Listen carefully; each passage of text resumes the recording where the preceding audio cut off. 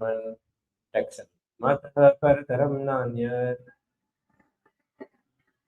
kinchidasti dhananjaya mayi sarvamidam protam sutre manigana iva.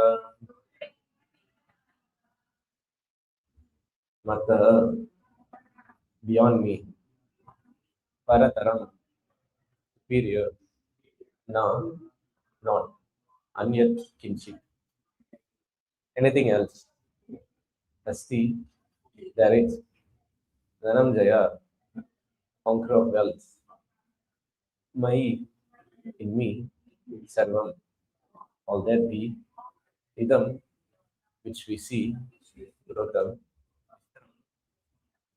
shrutre, on the track, manigana, pearls, eva, like. Translation purport by His Divine Grace is Bhaktivedanta Swami Srila Prabhupada Ki. Translation: a conqueror of wealth, there is no truth superior to me. Everything rests upon me as pearls are strung on a thread. Please repeat. A conqueror of wealth, there is no truth superior to me. Everything rests upon me as pearls are strung on a thread. Purport: there is a common controversy over whether the supreme absolute truth is personal or impersonal. As far as Bhagavad Gita is concerned, the absolute truth is the personality of Godhead, Sri Krishna, and this is confirmed in every step. In this verse, in particular, it is stressed that the absolute truth is a person, that the personality of Godhead is the supreme absolute truth. It's also the affirmation of the Brahma Samhita Ishvara Parama Krishna Satchidananda Vigraha. That is the supreme absolute truth. Personality of Godhead is Lord Krishna, who is the primeval Lord, the reservoir of all pleasure, Govinda, and the internal form of complete bliss and knowledge. These authorities leave no doubt that the absolute truth is the supreme person, cause of all causes. Impersonalists, however, argue on the strength of Vedic versions given in Sveta Upanishad 310, Tato Yad Uttaratam Tat Arupam Anamayam Jaretad Vidir Amritaste Bhavati Ate Tare Dukkam Eva Piyanti. In the material world, Brahma, the primeval living entity within the universe, is understood to be the supreme amongst the demigods, supreme human beings and lower animals. But beyond Brahma, there is the transcendent. There is the transcendent, who has no material form and is free from all material contaminations. Anyone who can know him also become transcendental, but those who do not know him suffer the miseries of the material world. The impersonalists put more stress on the word arupam, but this arupam is not impersonal. It indicates the transcendental form of eternity, bliss, and knowledge, as described in the Brahma Samhita quoted above. Other verses in Svetasvatara Upanishad 3.98 subtented this as follows: Vedaham etam purusham mahantam aditya paranam tamasa parastat tameva viditvati mrityumeti nanyah panta vidyate yanaya yasmad param na param asti kinchit yasman naniyo no jayosti kinchit vriksha iva stabdhodvi tishtati ekas tenedam puranam purushena sarvam. I know the Supreme Personality of Godhead, who is transcendental to all material conceptions of darkness. Only he who knows him can transcend the bonds of birth and death. There is no way for liberation other than knowledge of the Supreme Person. There is no truth superior to that Supreme Person because He is the supermost. He is smaller than the smallest. He is greater than the greatest. He is situated as a silent tree, and He illumines the transcendental sky. And as a tree spreads its roots, He spreads His extensive energies. From these verses, one concludes the supreme absolute truth is the Supreme Personality of Godhead, who is all pervading by his multi energies, both material and spiritual.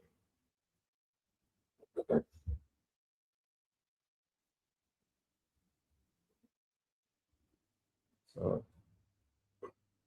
so this verse is very important verse. Actually, one of the most very highly quoted verses, the Gita, where the Gita,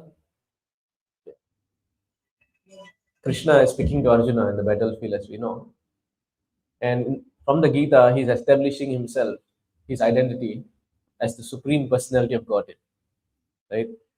And in fact, in the first 6 chapters, Krishna does not reveal about this so much.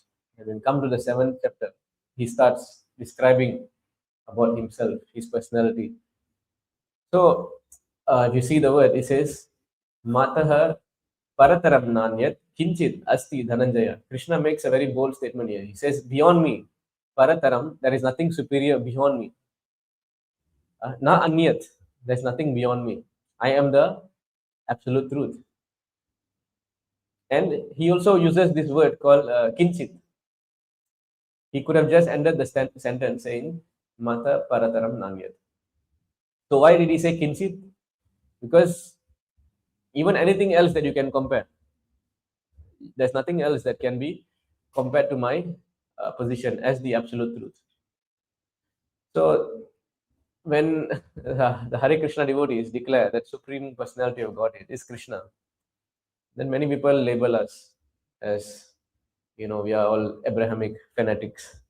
We only accept Krishna as the supreme Lord. Everyone is servant to Krishna.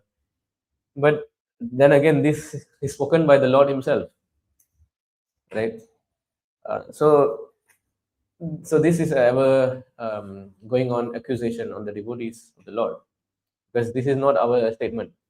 The Lord Himself declared that I am, there is nothing beyond me. So what about all the other 330 million devatas, Lord Shiva, Lord Brahma? So Krishna is saying all of them are actually my servants, my very confidential servants, right? So we think that whatever is spoken by us is Abrahamic, but actually no, this is Sanatan Dharma. The idea of Sanatan Dharma is to understand that Krishna is the supreme personality of Godhead. So if you see to the verse, let me share a verse. I think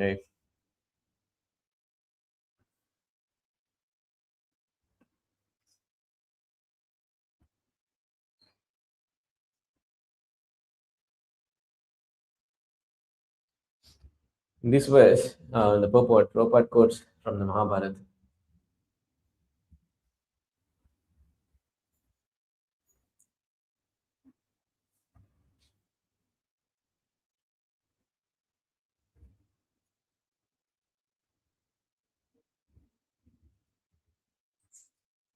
So this verse is from Mahabharata.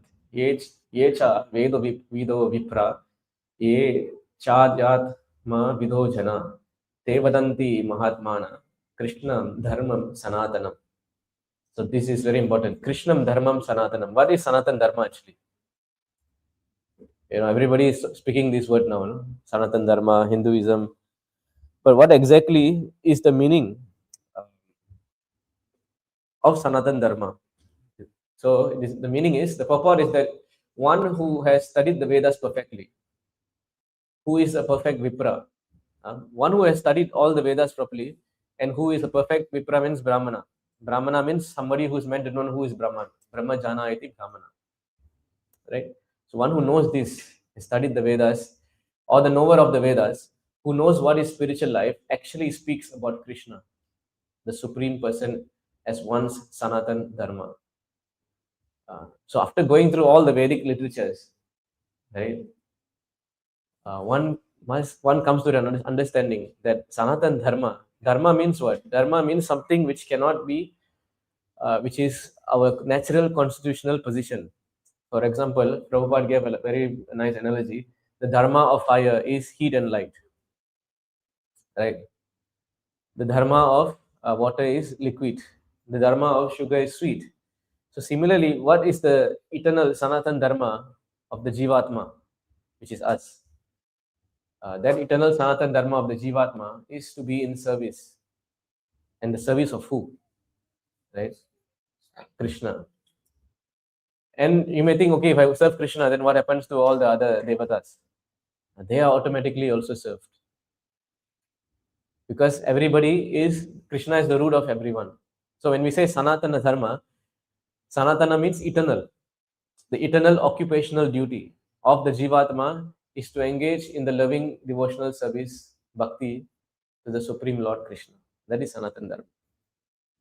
That's why he says Krishna Dharmam Sanatanam. And even in Bhagavad Gita, Krishna also confirms this point.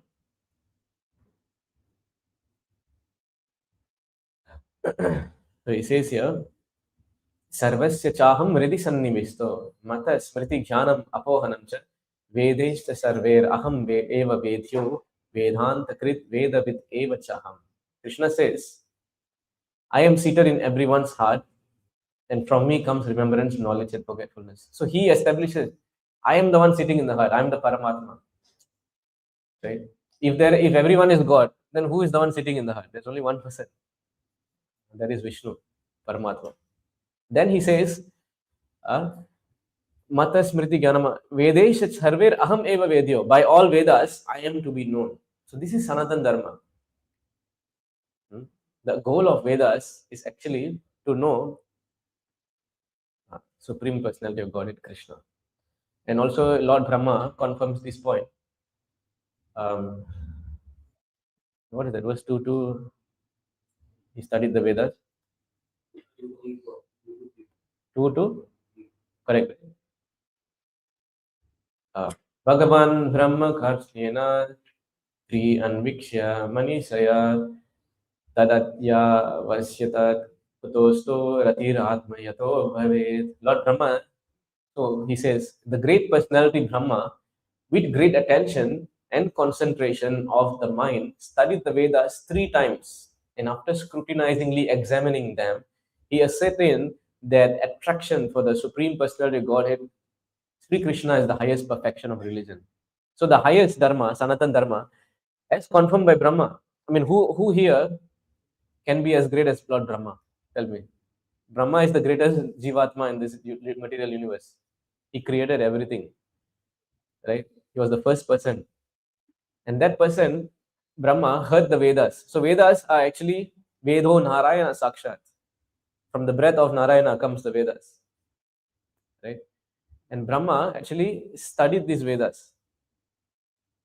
Not once, 3 times with 4 heads. And he comes to that conclusion. So of course we can go and even one lifetime we cannot finish the Vedas. It's not possible. Right? No matter how much we try to analyze with our Nayam Atma Pravachanena Labhya Namedaya Bhuna Shrutena. Right? Yame Vaisa Virunate Tena Labhyas Tasyais Atma Vivrunate Tanam Swam. We may study, we may go and attend many lectures, Pravachanena, Nayam Atma Pravachanena Labhya. Namedaya, we may have a lot of intelligence. You know, we may debate so much. Bahuna Shrutena, we may read so many scriptures. But we cannot understand the Supreme Lord. The Lord is not revealing to us just because we have read so many books. He reveals himself. He reveals himself for one whom he chooses. But who does he choose? He chooses someone who is very humble and submissive to know this knowledge, not challenging. So Brahma was the first being to get this knowledge, actually. In the beginning of creation, he learned this knowledge of the Vedas from the Supreme Lord Krishna. Right? Then it says in his verse that he scrutinizingly examined them 3 times, and he understood the highest Sanatan Dharma, the highest goal of all Dharma, is to develop attraction for the Supreme Personality of Godhead Krishna. That is the highest Dharma, and that is Sanatan Dharma. So when we say that we are all followers of Sanatan Dharma, ultimately we have to culminate to this point of attaining attraction for the Lord, taking shelter of the Lord. And that is why, again, we go back to the verse today. Krishna says, so when he says in this verse, there is no Matta Parataram Nanya Kinchit Asti Dhananjaya. He says there's nothing greater, no truth superior to me. So everybody is searching for this truth, right? From the scientists to the philosophers, right? Everyone is searching for some truth. Who am I? Of course, that is only possible in the human life. But many of us have forgotten that the goal of human life is to search for this truth. Who am I? What am I doing here? How am I gonna? Why am I in this world? What is my purpose here? Right? Most of us do not ask this question. We think I have one life, I will live and enjoy my senses to the full, and I'll grow old and I'll die. But no matter how much happiness we get, how much of money we have, there's always an emptiness in the heart, a burning emptiness in the heart that keeps us feeling unsatisfied no matter how much pleasure that we enjoy in this material world. Right? For example, if we are drowning in the ocean, we are surrounded by water. Right? We'll be very thirsty. We have water everywhere to drink. But can the water of the ocean quench our thirst? It's salty. So similarly, the soul cannot be satisfied being in the ocean water of this material existence. No matter how much we drink, we are not going to have happiness. Real happiness comes when we understand who is the source of our existence and how we can serve him. That's where real spiritual life begins. Athato Brahma Jigyasa, when we start asking this question. And Krishna has made it so simple. He has spoken the entire Vedic literature. The Vedas are very difficult to understand, the Upanishads. He gave the Bhagavad Gita, which is Sarvo Upanishado Ghavo Dokta Gopala Nandana. The whole Upanishad is like, imagine like a cow. Partha Varto Sudhir Mukta. Imagine the Partha, Arjuna is the calf, right? Sarva Upanishado Gavo Dokta Gopala Nandana Partha Varta Sudhir Bhokta Duktam Gita Amritam Mahat. So Krishna is the cowherd man, the cowherd boy who is milking this cow. So he's milking this whole Vedic literature, and he's giving the Bhagavad Gita, which is the essence of this Vedas, and he's giving it to Partha, Arjuna. And when Arjuna understands Gita, his life changes, transforms. Similarly, when we also read this Bhagavad Gita, it is meant to transform our life, to understand who we are, who are the purpose of our life, to connect to the supreme absolute truth, Krishna, right? So in this verse itself, he says, I am that supreme absolute truth. There is nothing beyond me, right? So God is not like this person is God, that person is God, or Brahman. Everything. See, I'll show one verse spoken by Rishabdev. Jnanam Vishuddham Paramarthamekam Anantaram tu Abhidhir Brahma Satyam Pratyak Prashantam Bhagavad Chapta Samyam Yat Vasudevam Kavayo Vedanti. So pay attention to the word Vasudeva. So this is spoken by Lord Rishabdev. He says, what then is the ultimate truth? What is the ultimate truth? Right? The answer is that non-dual knowledge is the ultimate truth. What is non-dual knowledge? That means ultimate truth is one. Vadanti tattva vidas tattvam jnanam advayam is one. God cannot be many things. God is one. Right? That is the ultimate truth. Okay, then after that, it is devoid of contamination of material qualities. Jai Shri Radha. This absolute truth is devoid of any material qualities. Right? We are all filled with material qualities. And that is why we commit these four mistakes. We commit mistakes. We have imperfect senses. We are subject to illusion. We have cheating propensities. These four things always, all of us have. Right? Anybody can say they don't commit mistake. Anybody can say they have no imperfect senses. No, right? Anybody can say they don't have tendency to cheat. Right? Anybody can say that they have not tendency to get illusioned. No.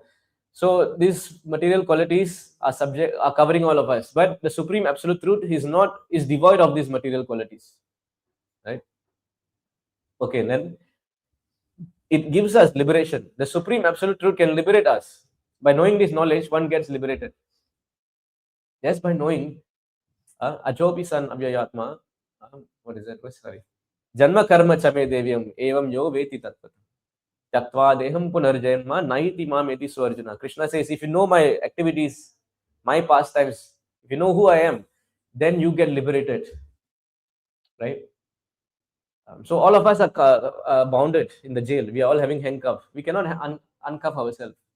But somebody without the handcuff can come and uncuff us, right? So by knowledge only this is possible.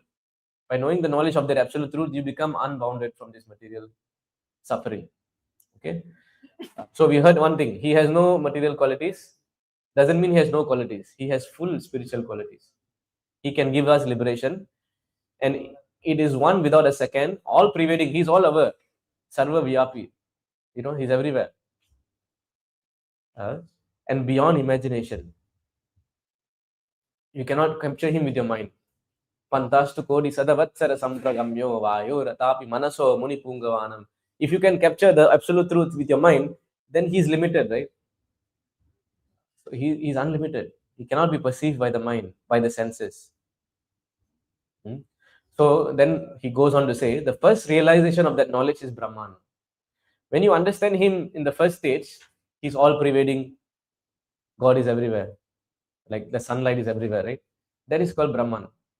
But that Brahman has no qualities. It's like the sunlight has no qualities, right? It has no variety.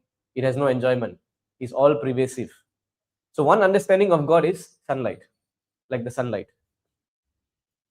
But then higher than that is the knowledge of Paramatma, the super soul, that he is realized by the yogis who try to see him without grievances. So higher than knowing the sunlight is knowing that there's a sun planet. That is called Paramatma understanding. He is in everyone's heart. And the higher than that, this is the second stage of realization. Finally, full realization of the supreme knowledge is realized in the supreme person, Bhagavan, right? Okay. So when you know that the ultimate, higher than that Paramatma realization, when you go into the sun planet, you realize that actually there's a sun god. So this example is given of the sun god, the sun planet, the sunlight. Another example Prabhupada gave, where the train was coming in India, the steam train. So when the train was coming, for the first time, the British brought the trains, right? People came to understand what is this train. So they were all standing in the station. They saw from a distance, smoke is coming because the train has smoke, right? And sound was there. So they thought, okay, this is the train, and they walked away. So the understanding of the train is just smoke and sound. So they thought, okay, that is train. Another group of people waited further. They saw the train coming to a stop, and they saw so many carriages, and there was one train in the front with the engine, right? That is the front cabin is bringing everything else. So they thought, oh, this is the train. So their understanding is higher. So that is the understanding of Paramatma. Then they left. Another group of people waited further. They saw a driver coming out of the train. They said, oh, there's a person actually pushing the train, driving the train. So the thing is, ultimate truth is one. But according to the person realizing it, he's seen in different vision. Right? And that's why today in Krishna is saying, Mata Parataram Nanyat Kinchit Asti Dhananjaya. The knowledge of me, if you know me to be the highest ultimate absolute truth, then you know Brahman, you know Paramatma. Right? So there's a gradation. So here, what is the gradation? All learned scholars describe the supreme person as Vasudeva, the cause of Brahman and Paramatma and others. This is the message of Sanatana Dharma, to understand who is that cause of all causes, and that is Vasudeva. So because when you know Brahman, yes, you know God is all everywhere, everything is Brahman. There is no complete happiness in that. Why? Because there is no variety, there is no enjoyment, there is no service. Right? You cannot serve the light. And Paramatma, yes, you understand he is in the heart. Right? But what happens is the yogis, they try to use the Paramatma to attain yogic powers. Right? The full complete understanding of God is Bhagavan, where you know him as a person and you relate to him as a person. Right? And the form of Bhagavan, Krishna, is the highest form of Bhagavan, actually is Krishna. Krishna's to Bhagavan Swayam. That is why in Srimad Bhagavatam is declared. Krishna's to Bhagavan Swayam. Srila Vyasadeva declares this point. Right? So when you engage in devotional service with that Supreme Lord Krishna, then you get the real goal of life, the real happiness, the real joy. Because what is happening now in this world is everyone knows this point that we want to be happy. Right? Everyone searches for happiness. Everyone wants to be happy. Who wants to be unhappy? Nobody wants to be. So, but how happiness is packaged to us is that if you have material wealth, if you have car, you have money, you have all these material enjoyment, that will give you happiness. So from young age, we are all brainwashed in that way to study hard, to get a job, to get a career, to have wealth. Of course, all these are needed for survival. I'm not saying no, but they say that this is the only thing that gives us happiness. And after going through all the processes and after getting a family and a child, then you realize, well, I'm still not happy, right? So the real happiness can only come when we have a loving relationship, a transaction with Krishna, when we connect to our ultimate source, the cause of all causes. That's why it is very important to first understand who is that supreme person. So if you again, let me show you another verse from the Mahabharata itself also. Who is this Krishna and what is the meaning of this word Krishna?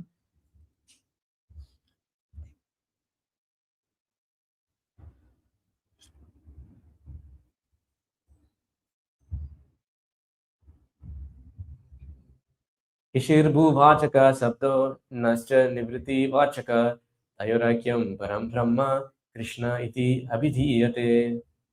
So the word Krish is the attractive feature of the Lord's existence.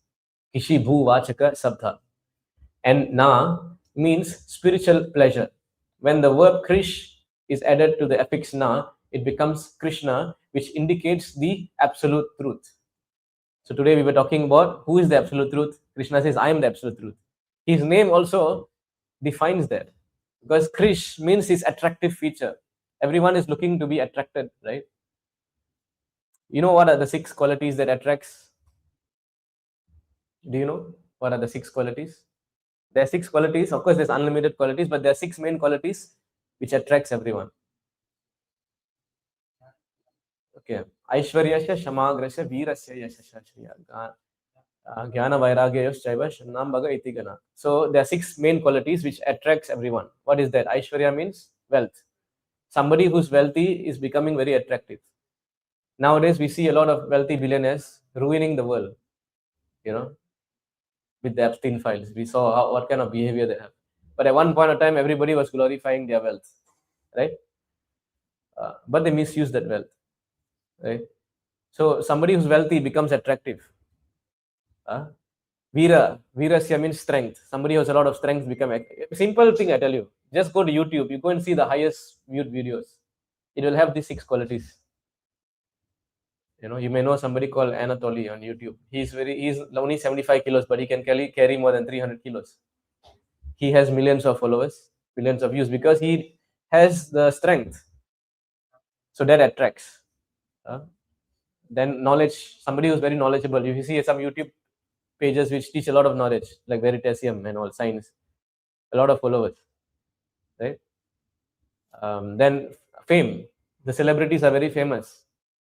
People like to hear about their life story, or news, Bollywood news or whatever news, right? Fame also attracts, right? Then what else? Wealth, fame, knowledge, strength, beauty. If you go to the beauty channels, a lot of people want to follow the beauty channels. Why? Because people want to be beautiful, right? Renunciation, and people like to also are attracted to seeing someone who's very renounced. Like there was a book called The Monk Who Sold His Ferrari. Many people bought that book because there was a quality of renunciation, right? So wealth, fame, strength, knowledge, beauty. What else? One more there. Renunciation. These 6 qualities attracts everyone. When you say Krish, Krish means all these 6 are completely full in this person. Krishna attracts everyone naturally because he is full of knowledge. Nobody has given a knowledge, whatever he spoke in the Gita 5,000 years ago. Today we are still discussing, right? And that knowledge is never. You can read today's verse, you can read tomorrow again. You will feel a newer taste because it's spiritual. It never gets material saturation, right? So Krishna has all, and his beauty. You cannot compare to his beauty. How beautiful is Krishna? Smeram bhangi traya parichitam sachivistirna dristim vamsinyasta karakisalayam ujvalam chandrakena govindakyam haritanumita nandane pinantum ma preksistas tavayadi sake bandhu sange stiranga. Krishna was so beautiful. You know, smeram bhangi traya parichitam. Has a threefold bending forms, right? He's bending in his neck, his waist, and his knees. You see how he's holding his flute. Vamsi Nyasta Dharakisalayam, playing the flute so beautifully that it enchants all the gopis. Actually, it is supposed to enchant us also, but we are so much covered with Maya that we are rejecting his beautiful, sweet music from the flute. Ujvalam Chandrakena, his body is glowing. More than millions of moons also cannot compare to the beauty of Krishna's beauty. Govindakyam Haritanuminta, Nandane, what is it? Keshi Tirthopakante. In Keshi, the Keshi river, Krishna is standing and playing this flute so beautifully. All the gopis, even though they were wives, right? They could not withstand the attraction and they left and came to see him, right? Ma Prekshistas, Tavayadi Sake Bandhu Sange Stiranga. If you are attracted to worldly attachment and friends, my dear friend, don't go to the Keshi river to see this Krishna. If you have plans to stay in this material world, be attached by these shackles. Tavad ragadayostenas, tavad kara graham graham. Yavan tavad, what is that, 10, 14? Tavad ragadayostenas? 36. Okay, so this verse is spoken by Brahma. Tavat ragadayostenas, tavat kara graham graham, tavan moho nigri nikhado, yavat Krishna nate jana. Krishna says, Brahma says, my dear Lord Krishna, until people become your devotees, their material attachment and desires remains thieves. Their homes remain prisons. Kara graham graham, right? And their affectionate feelings for their family members remain food shackles. If you are attracted to these worldly family connections, which will anyway, I'm not saying not to be attracted to them. We have to serve our family, we have to take care of our family, we have to love our family. But what happens in the next life? Do you think the same family member comes with us? No. But if you want an eternal family, then you have to bring Krishna to the center of your life. If not, we are changing families life after life. So in the previous verse, it is said that if you are attracted to this Kara Graham, this prison life of material existence, then don't come to the Keshi, the god, Keshi god, and see Krishna playing that flute. But if you want to come out of this material existence of birth and death, old age, disease, then come and hear the flute of Krishna. The flute of Krishna is also the Bhagavad Gita. Right? Gita means song, the song of Krishna. Be attracted to this music. And if we get attracted to this music, we will come out of this material existence. So we go back to the previous verse I was speaking.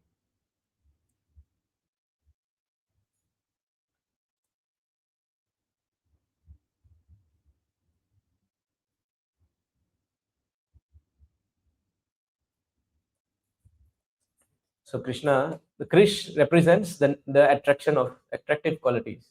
Everybody is looking for this attraction only, right? And Na means spiritual pleasure, happiness, Ananda. Everyone looks for happiness. So that happiness can only come when we connect to Krishna. So that is why when we chant the name of Krishna, we somehow feel Hare Krishna, Krishna Krishna, Hare Hare, Hare Rama, Hare Rama. We automatically feel some joy and happiness, right? Anyone who's chanting can say that. Because how can we continue chanting if there is no happiness in this? If I keep chanting every day, John, John, John, John, John, how long I can chant this? But the word Krishna, the word Rama, I can continuously chant because the name of Krishna and the person Krishna, there is non-difference. Krishna manifests in this Kali Yuga as his Nama. So we can automatically attain peace just by simply chanting this holy name every day. You give it a try. Why not? If you have not started, one day you try 108 times. Sit down and just chant Hare Krishna, Krishna Krishna, Hare Hare, Hare Rama, Rama Rama. 108 times you try. You see how much the cleansing in the heart happens. How much your worries, your fear, your anxiety will go away just by chanting. Okay, so let me summarize. We go back to the verse again. Krishna in this verse says, he is the supreme Lord, he is the absolute truth. We already discussed that point. Another interesting point, he says, Mai sarvam idam proktam shrute manigana eva. Everything rests upon me as pearls are strung on a thread. So you see, in the first verse, in the first part of the verse, he's claiming how great he is. I am the supreme. I am the most powerful. But people will think, oh, he's very puffed up. How come he's so arrogant? Right? But the next line itself, he can see his compassion and humility. Krishna immediately says, even though that I am the greatest, I am just like a thread. You are the pearl. Krishna never say I am the pearl, right? So Krishna is giving us a position of pearl actually. And if you see, you have seen the chain, right? Everybody has necklaces. How various pearls are all strung together on a thread. This means every one of us, individuals, yes, we are like pearls, but we are meant to work together to serve the Supreme Lord. Why the world is not in peace now? Because everyone is having a different agenda to satisfy their own senses. Right now, many people are very irritated by what Donald Trump is doing about the tariffs and all, right? But why is that so? Because he has his own agenda that I will do for my country. I will make America great again. Right? So everyone has their own bodily concept of life. America is great. India is great. China is great. Everybody is having problems. But unless we know that we are all connected to this thread of the Supreme Lord Krishna, we will not attain this thing called universal brotherhood. It's not possible to attain peace without knowing who is our eternal Father. How to attain universal brotherhood when you do not know who is the Father? Right? So Krishna, again, you see how accessible he is, right? For example, earlier I quoted that he has 6 qualities, full of strength, wealth, beauty. Yeah, somebody may be so beautiful, but can you approach somebody like that? Possible. Somebody who may so wealthy, can you get an appointment with him? No. What is the use of that person for me now? Right? Okay, this person is a billionaire, I know, but will he give me any money or not? He'll ask me to get out if I, right? But Krishna is not like that. He has unlimited wealth, but same time you can approach him like Sudama. Yeah, he's so accessible. Because why? Krishna is so compassionate. Because he recognizes all of us as his part and parcel. He wants us to again engage in his service. Be happy. He don't want us to suffer in the material universe where we go through birth and death, old age, disease. Right? It's a very difficult place actually, this material world. He wants us to come back to him. So that is the compassion and mercy of Krishna. That even though he says, I am the greatest, I am the most superior, but I am actually I'm the string that is behind this thread. And the string and the necklace is so beautifully created that you cannot even see the string. Right? So many people, they don't understand there is a string behind. Now imagine all the pearls are discussing with each other. I heard that somebody says there's a string behind me. I don't think so. No? I don't think God exists. I think we are all independent. We are meant to enjoy life to the fullest and perish one day. So we don't understand that there is God behind everything. But a devotee understands. That's why in this chapter and the next chapter, he says, if somebody sees me everywhere, he sees Rasoham Apsu Kauntaya, Prabhasmi Sachi Surya. He sees me. If I drink water, he understands I'm the taste of water. Krishna is the taste of water. Krishna says, I'm of all aquatics, I'm the shark. He sees the shark, he remembers, oh, Krishna is there. He sees the sun rising, he remembers this is the eye of the Lord. Right? So there's a saying that for a devotee, he says that for the atheist, he says, where is God? And for a devotee, he says, where is not? Right? Prahlad Maharaj saw Krishna everywhere. He saw Vishnu everywhere, Vasudeva. Right? But Hiranyakashipu, he could not see. And even when the Lord appeared in front of him, he was challenging him to kill him, right? So this is the compassion of the Lord, that he takes the back seat as a thread. He makes all of us connected to each other. But unless we understand he's the one behind the cause of all causes, we will be lost. Like if you see in the Gita also, he says,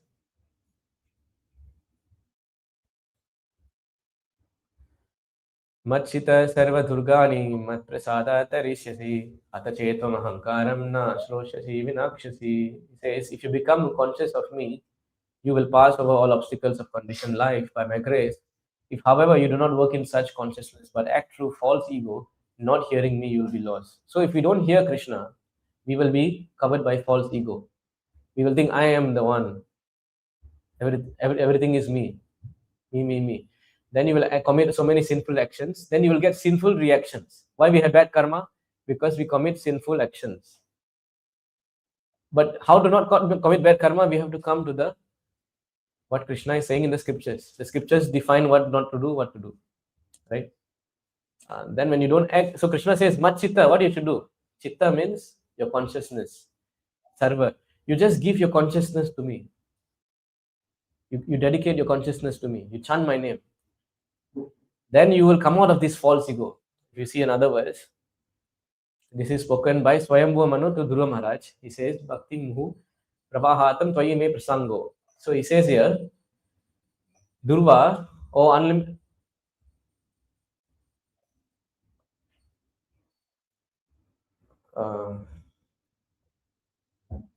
Sorry, not this verse. But anyway, this is a nice verse. So how to come out of this? We have to follow the footsteps of Dhruva Maharaj. How to come out of this false ego? So Dhruva Maharaj says, "O unlimited Lord, kindly bless me that I may associate with great devotees who engage in your transcendental loving service constantly." So now today, whatever is spoken, can we immediately attend Krishna? Can we read the Gita and just understand? No, cannot. We need to take shelter of somebody who already done it. That's why every time there's a prayer, the devotee is saying, please connect me to your devotees. So this is the first thing, connect me to your devotees and associate. As the waves of a river constantly flows, such transcendental devotees are completely situated in an uncontaminated state of life. The devotees are conscious, very conscious of Krishna. They're always engaging in his service. By the process of devotional service, I shall be able to cross the assigned ocean of material existence, which is filled with waves of blazing fire like danger. So how to cross this ocean of material existence? Connect to the devotees, sadhu sangha. Learn from them the Bhagavad Gita. Engage in the service of the Vaishnavas, service of the temple. Then you will be able to cross the material existence, the blazing fire like dangers. It will be very easy for me, for I am becoming mad to hear about your transcendental qualities, pastimes, which are eternally existent. So Dhruva Maharaj is saying that by connecting to devotees, automatically there is the discussion of the pastimes of the Lord. And by hearing about the Lord, we will be automatically peaceful in the heart. We'll attain real peace and joy and true happiness. So this is what we can understand from this verse today. Of course, there's so many things that has to be said. It's unlimited actually, how this verse can be described. But in my minute understanding, this is what I can present. Now we will actually have to conclude the class because Aarti is going to start soon. If you have any questions, let me just, anyone has any questions?